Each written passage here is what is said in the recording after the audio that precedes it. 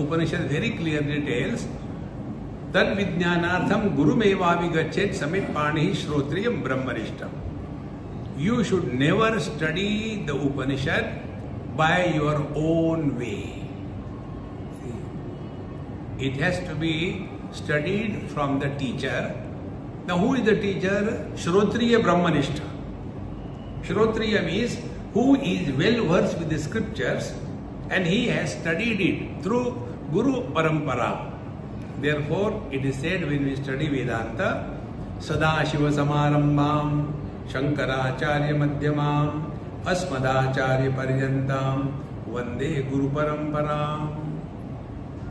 Therefore, Gurubhyo Namaha. Gurave Namaha is not said. Gurubhyo is a plural. So, not only one. Therefore, Upanishad is to be studied by going nearer to the Guru. Now, nearer means what? Physically? No. See? Because where is the knowledge? Knowledge is in the words that the teacher tells. And the impact of that knowledge must happen to us.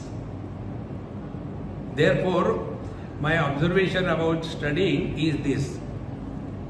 Normally, we all glorify the Guru and keep him in a frame and hang him on the wall. Don't come down. See? Sadguru is the one who is one without a second. Now, this simple example will make it clear what I mean by Sadguru. See? The food is in the plate. The hunger is in the pit. By chanting dhokla, dhokla, dhokla, dhokla, is our hunger going to be satiated? No. Kabir ji says this thing. In one of his writings, he says, मेरी गगरी फूटी, मैं पानी भरन से छूटी. As long as you are holding on to the body, you have got all the do's and don'ts. See? मेरी माला टूटी तो राम भजन से छूटी. See?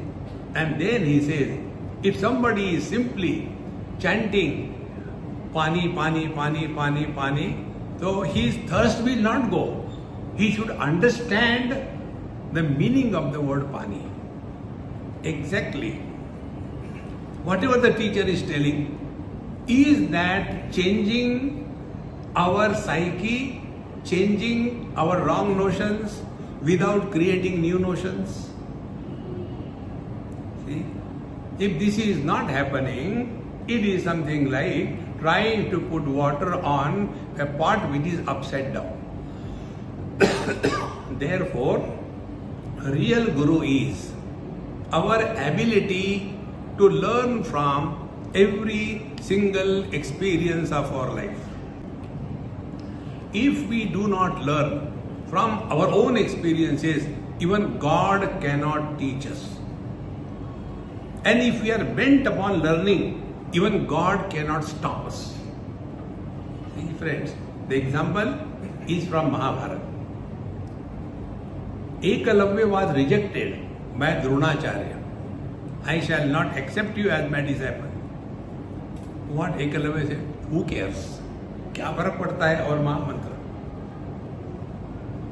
If you are bent upon learning, even God cannot stop you. And if you refuse to learn, like the Dhritarashtra, like Duryodhan, Dushyasan, even Bhagwan Krishna failed to teach him. We may call out of respect, Krishnam Vande Jagat Guru. If he was a Jagat Guru, why he couldn't teach those people? Because we have to learn. Nobody can teach us. Therefore, Tad Vijnanatham Gurumeva Vigacche. Now, who is a Guru? Who knows the art of communication. There are two types of teachers in this world. Those who belong to the Siddha Marga. and those who belong to the Acharya Parampara. We belong to Acharya Parampara. In Siddha Marga, what happens? Take an example. Santa Gyaneshwar Maharaj belonged to the Siddha Parampara. The first was Matsyendranath, then came Gorakhnath, then came Gahaninath, then came Nivruttinath, then came Jnaneshwar, then came Sopan, then came Muktabai. And it is one to one. Jnaneshwar Maharaj did not give this yoga siddhi to everybody.